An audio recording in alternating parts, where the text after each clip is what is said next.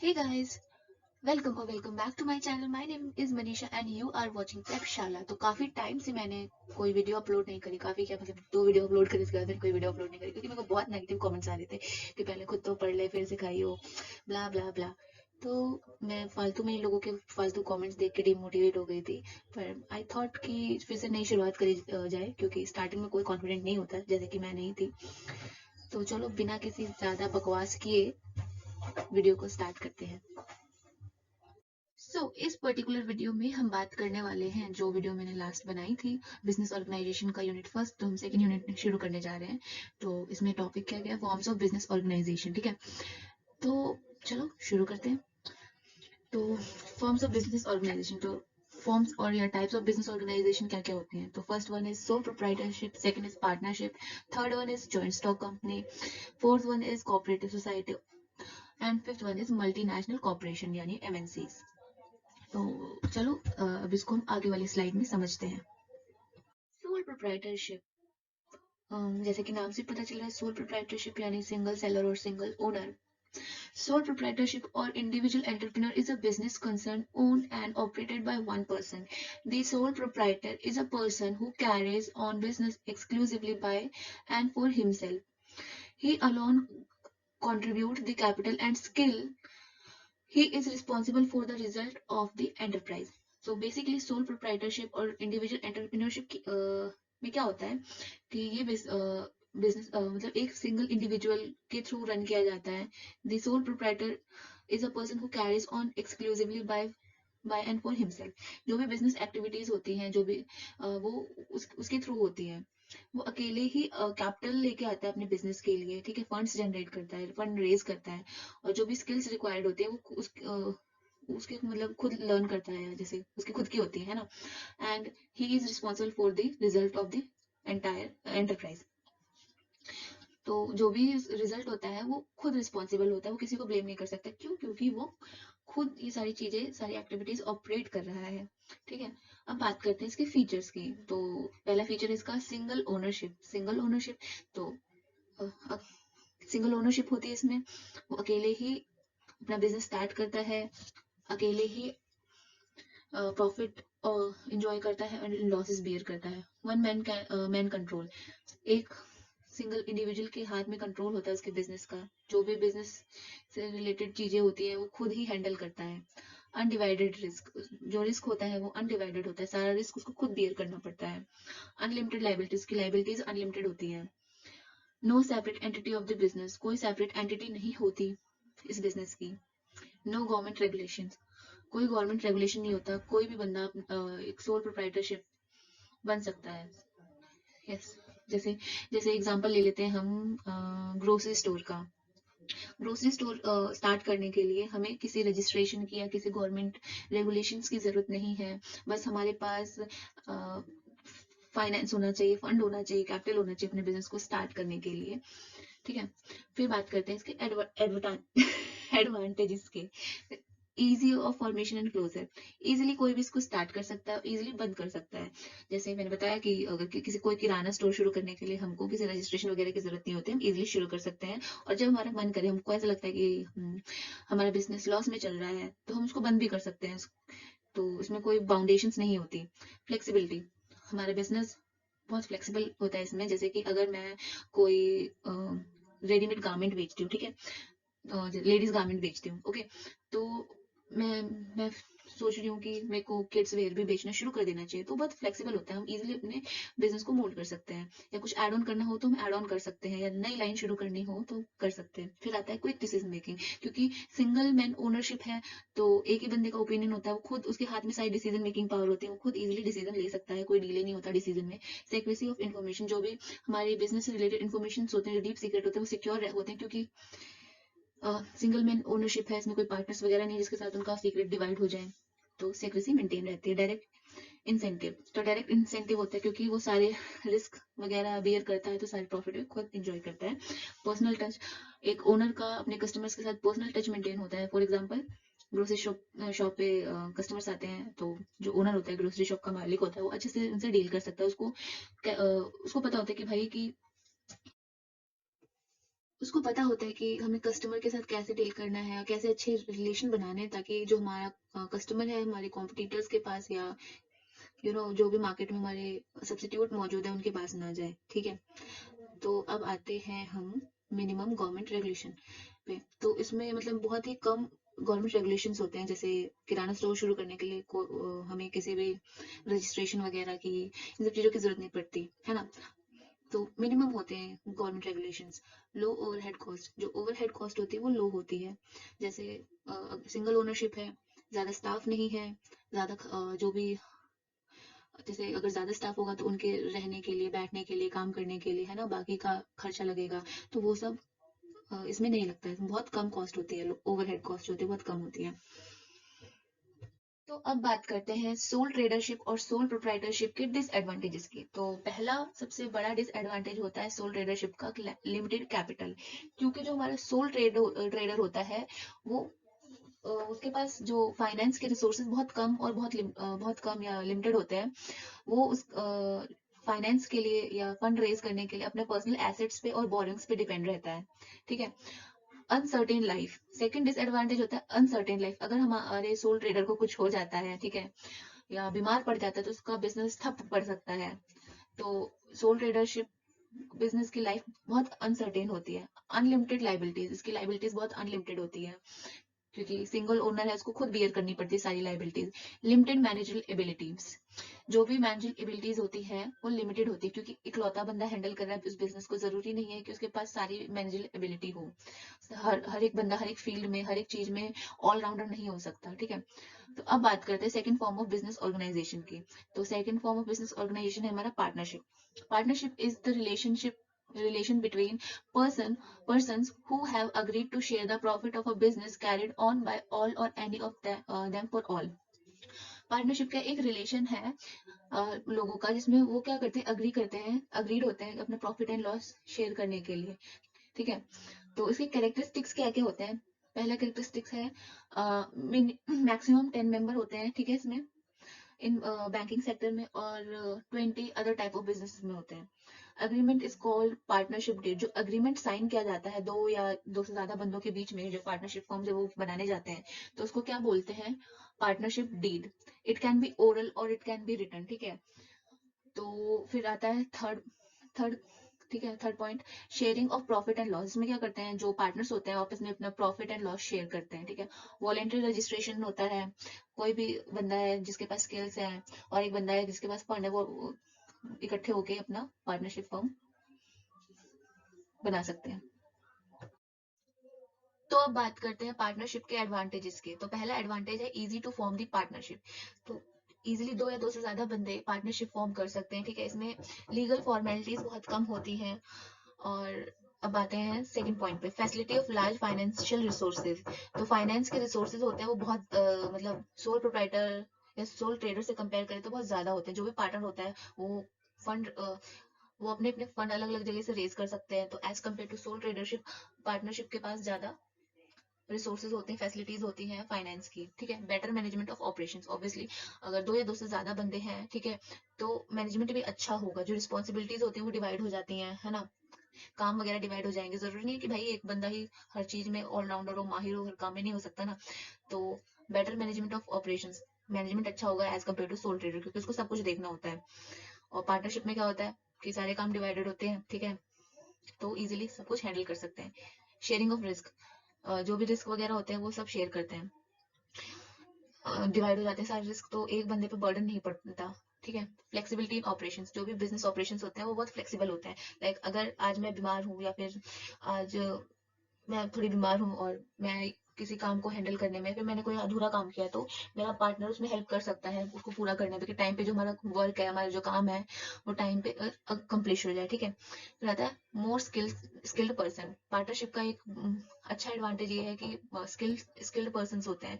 Like अगर मेरी communication skill अच्छी है तो क्या पता मेरा जो पार्टनर है उसकी प्रेजेंटेशन स्किल अच्छी हो, है ना, किसी का सेलिंग स्किल अच्छा हो या फिर किसी टेक्निकल चीज में अच्छा हो, तो बहुत सारे स्किल्ड पर्सन जुड़ जाते हैं। अब बात करते हैं पार्टनरशिप के डिसएडवांटेजेस के। कॉन्फ्लिक्ट बिटवीन पार्टनर्स, अगर जहाँ पे दो या दो से ज्यादा पार्टनर्स हो जाते हैं, ठीक है, तो वहाँ पे कॉन्फ्लिक्ट तो जरूर होगा। ठीक है। स्लो डिसीजन मेकिंग होता है, अगर वो कोई डिसीजन लेना होता है तो सबके अपने अलग अलग पॉइंट ऑफ व्यूज होते हैं, तो जरूरी नहीं है कि सब इजीली एक बंदे की बात से सहमत हो जाए, तो डिसीजन लेने में टाइम लग जाता है, ठीक है, इसीलिए स्लो डिसीजन मेकिंग होता है। प्रॉफिट शेयरिंग, जो प्रॉफिट होता है वो शेयर हो जाता है, ठीक है। Such firm are more suitable for comparatively small business, इस टाइप की कंपनीज जैसे छोटे बिजनेस के लिए सही रहती हैं। लाइक एग्जांपल ले लो, जैसे मेरे को अपनी मार्केटिंग एजेंसी शुरू करनी है, तो मैं अपने फ्रेंड के साथ मिलके अपनी मार्केटिंग एजेंसी शुरू कर सकती हूँ छोटी सी, कि हम प्रोजेक्ट ले लें, उसको आउटसोर्स कराएं, है ना, तो इस टाइप से। अब बात करते हैं third form of business organisation की। So third form of business organisation है joint stock company. A joint stock company is a business owned by its investors, with each investor owning a share based on the amount of the stock purchased. Joint stock companies are created in order to finance endeavors that are too expensive for an individual or even a government to fund. Basically, joint stock company क्या होती है? एक voluntary association होती है, ठीक है, voluntary association होती है पर्सन की, जिसमें वो मिलके एक बिजनेस को चलाते हैं, ठीक है। तो इसमें जो इसके ओनर्स होते हैं बिजनेस के, वो उसके इन्वेस्टर होते हैं, ठीक है। जो जितना ज्यादा इन्वेस्ट करता है, जिसके पास जितने ज्यादा शेयर होते हैं, वो उतने परसेंट का मालिक होता है कंपनी का, ठीक है। अब बात करते हैं इसकी फीचर्स की। तो पहला फीचर है आर्टिफिशियल पर्सन। एक कंपनी एक आर्टिफिशियल पर्सन होती है, ठीक है। सेपरेट लीगल एंटिटी, इसकी एक सेपरेट लीगल एंटिटी होती है। थर्ड है minimum member 2 and maximum 15 private sector and unlimited in public sector. तो इसके मिनिमम मेंबर 2 होते हैं एंड मैक्सिमम 50 होते हैं प्राइवेट सेक्टर में, और अनलिमिटेड होते हैं पब्लिक सेक्टर में, यानी गवर्नमेंट सेक्टर में, ठीक है। अब आते हैं इसके एडवांटेजेस पे। तो पहला एडवांटेज होता है कंटिन्यूटी ऑफ एग्जिस्टेंस। अगर हमारे किसी शेयर होल्डर को या इन्वेस्टर को कुछ हो जाता है, लाइक किसी की डेथ हो गई या कोई बीमार हो गया, तो पर उनके कुछ हो जाने से हमारे बिजनेस को, जो हमारी जॉइंट स्टॉक कंपनी है, उसको कोई फर्क नहीं पड़ता, वो तब भी रन करेगी। Vast financial resource, financial resources बहुत वास्ट होते हैं, ठीक है। अब वो बड़े सारे इन्वेस्टर्स होते हैं इसमें, किसी एक बंदे से तो कंपनी चल नहीं रही, 50 लोग जुड़े हुए हैं, तो उनके अलग अलग रिसोर्सेज होते हैं, वो अलग अलग जगह से फंड रेज करते हैं, है ना। तो फाइनेंशियल रिसोर्सेज बहुत ज्यादा होते हैं। लिमिटेड लाइबिलिटीज, इसमें जो लाइबिलिटीज होती है वो लिमिटेड होती है, क्योंकि जो भी हमारी लाइबिलिटीज होती है वो डिवाइड हो जाती हैं, ठीक है। प्रोफेशनल मैनेजमेंट, जो मैनेजमेंट होता है वो भी बहुत प्रोफेशनल लेवल पे होता है। अब बात करते हैं इसके डिसएडवांटेजेस की। तो पहला डिसएडवांटेज है कॉम्प्लेक्स प्रोसीजर ऑफ फॉर्मेशन। जो हमारी जॉइंट स्टॉक कंपनी है, उसको स्टार्ट करना बहुत इजी नहीं होता, बहुत सारे प्रोसीजर्स होते हैं, बहुत सारे set of rules and regulations होते हैं, उनको फॉलो करना होता है, ठीक है, उनके उनके थ्रू होके गुजरना होता है, तो ये इसको स्टार्ट करना इजी नहीं होता, बहुत कॉम्प्लेक्स होता है इसका स्ट्रक्चर, ठीक। अब आते हैं इसके सेकंड पॉइंट पे, गवर्नमेंट रेगुलेशंस। तो बहुत सारे गवर्नमेंट रेगुलेशंस होते हैं। A company has to follow many provisions of different acts. Even the internal working of the company is subjected to statutory restrictions regarding meetings, voting, audit, etc. ठीक है, तो ये सारी चीजें हमको फॉलो करनी पड़ती है इसके अंदर। और अब बात करते हैं third point, lack of secrecy. अब इसमें इतने सारे मतलब पर्सन इंक्लूड होते हैं, ठीक है, तो जो हमारे सीक्रेट्स होते हैं वो डिवाइड होते हैं लोगों में, सबको पता होता है डिवाइड क्या होता है, मतलब सबको पता ही होता है, रिवील होते हैं हमारे जो भी, क्योंकि जो हमारे इन्वेस्टर्स होते हैं उनको अपने बिजनेस के कुछ सीक्रेट्स बताने पड़ते हैं, तो सीक्रेसी होती है वो मेंटेन नहीं हो पाती, हो सकता है फ्यूचर में वो कहीं और रिवील कर दें।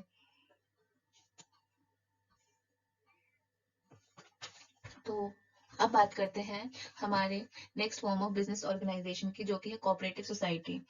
A cooperative society is a voluntary association of individuals who associate together to promote their common interest. Any 10 person can form cooperative society. The objective of cooperative society or organization are socio-economic in character.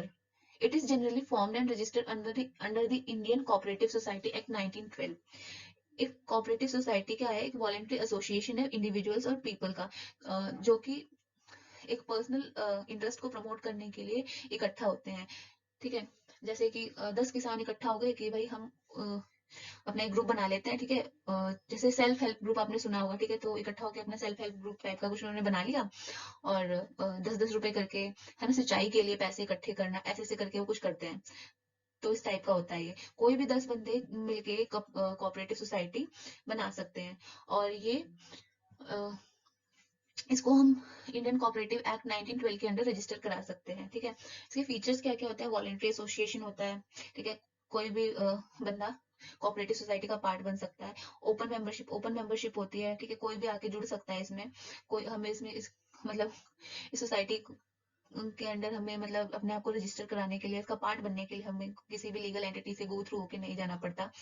ठीक है, separate legal entity, इसकी separate legal entity होती है। Like ये इसके under cooperative society act 1912 के under registered होता है। लिमिटेड लाइबिलिटीज होती है। अगर बंदा 100 रुपए इन्वेस्ट कर रहा है, अगर उसको लॉस भी होगा तो 100 रुपए का ही होगा। लिमिटेड लाइबिलिटीज होती है। सर्विस मोटिव, मेन मोटिव क्या होता है? सर्विस करना। ठीक है, करते हैं कोऑपरेटिव सोसाइटी के एडवांटेजेस की। तो ईज ऑफ फॉर्मेशन, कोई भी 10 बंदे इजीली कोऑपरेटिव सोसाइटी फॉर्म कर सकते हैं। ठीक है, इक्वालिटी इन वोटिंग राइट, इसमें इक्वालिटी इन वोटिंग राइट होता है। ये वन मैन वन वोट में बिलीव करते हैं इसमें। ठीक है, डेमोक्रेटिक फंक्शन रखा जाता है, सबकी राय सबकी ओपिनियन लिए जाता है, बाकायदा इसमें वोटिंग होती है। ठीक है, कंटिन्यूड एग्जिस्टेंस, अगर कोई बंदा बीच में छोड़ना चाहता है कोऑपरेटिव सोसाइटी, है ना, तो उसके जाने से इसमें कोई कोऑपरेटिव सोसाइटी को कोई फर्क नहीं पड़ता। उसके बाद, उसके जाने के बाद भी जो हमारी कोऑपरेटिव सोसाइटी है वो रन कर सकती है और करती है। गवर्नमेंट असिस्टेंट, बाकायदा इसमें गवर्नमेंट असिस्टेंट भी प्रोवाइड किया जाता है, असिस्टेंस मिलता है, प्रोवाइड किया जाता है, कह रहे हैं। ठीक है, फेयर डीलिंग, इसमें क्या होता है? फेयर डीलिंग होती है। ये किसी भी टाइप की जैसे लोग काला बाजारी स्टॉक करके नहीं रखते गुड्स को या प्रोडक्ट्स को, तो ये सब नहीं होता है इसमें। फेयर डीलिंग होती है। अब बात करते हैं डिसएडवांटेजेस की। सो लिमिटेड कैपिटल होता है, क्योंकि इसमें 10 बंदे जुड़ के मतलब अपनी कोऑपरेटिव सोसाइटी फॉर्म करते हैं और पर्सनल इंटरेस्ट के लिए करते हैं। ठीक है, तो इसमें कैपिटल लिमिटेड होता है। मिस यूज ऑफ फंड भी हो सकता है, क्योंकि इसमें एक और है कि बेटर मैनेजमेंट भी नहीं है। इसका एक डिसएडवांटेज है, बेटर मैनेजमेंट नहीं है। लैक ऑफ सेक्रेसी, 8 से 10 बंदे होते हैं, तो जो भी हमारे सीक्रेट्स होते हैं, तो सेक्रेसी जो होती है हमारी, वो मेंटेन नहीं रहती, तो फ्यूचर में या कभी भी जो हमारे जो सीक्रेट्स हैं, डीप सीक्रेट्स हैं, उनके लीक होने के चांसेस होते हैं। वो लैक ऑफ मोटिवेशन भी होता है। अब आते हैं हमारे लास्ट फॉर्म ऑफ बिजनेस पे, जो कि है मल्टीनेशनल कॉर्पोरेशन यानी MNC. It is the enterprise that manage production or deliver service in more than one country, can be also referred to as an international corporation. MNC क्या होती है? MNC एक enterprise होती है जो कि मैनेज करती है प्रोडक्शन को और गुड्स एंड सर्विसेज को डिलीवर करती है एक से ज्यादा कंट्रीज में। क्या बोल रही हूँ मैं, सॉरी, एक से ज्यादा कंट्रीज में। और इसके एमएनसी इस्टेब्लिश करने के रीजंस क्या क्या होते हैं, उसकी हम नेक्स्ट वाली स्लाइड में बात करते हैं। तो पहला रीजन है इंक्रीज मार्केट शेयर। तो पहला और बहुत इंपॉर्टेंट रीजन है एमएनसी स्टैब्लिश करने का, इंक्रीज मार्केट शेयर। जो हमारा मार्केट शेयर है वो इंक्रीज होगा अगर हम एमएनसी स्टैब्लिश करेंगे। जैसे कि अगर मैं इंडिया में चावल का अपना बिजनेस कर रही हूँ, लाइक राइस में बासमती राइस बेचती हूँ, ठीक है, तो अगर मैं अपने जो चावल है अपनी कंपनी के, ठीक है, वो बाहर बेचूंगी, तो एक होता है कि मार्केट एक्विजिशन होगा, जो हमारा मार्केट एरिया है, मार्केट शेयर होगा, वो हमारा इंक्रीज होगा। ठीक है, सेकंड पॉइंट है cheaper premises and labour.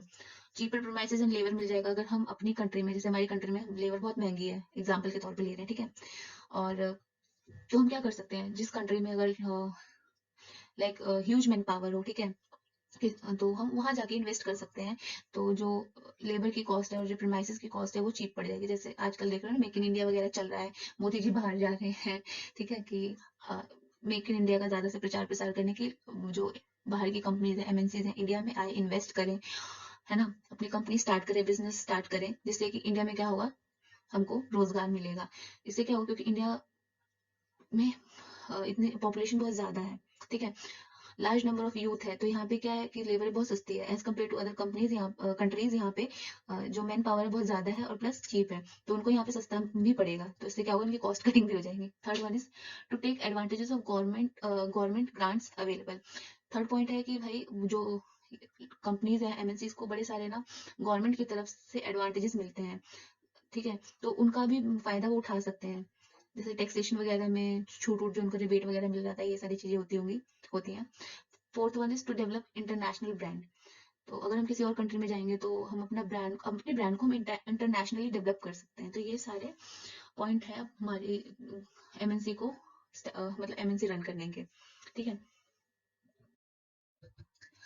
I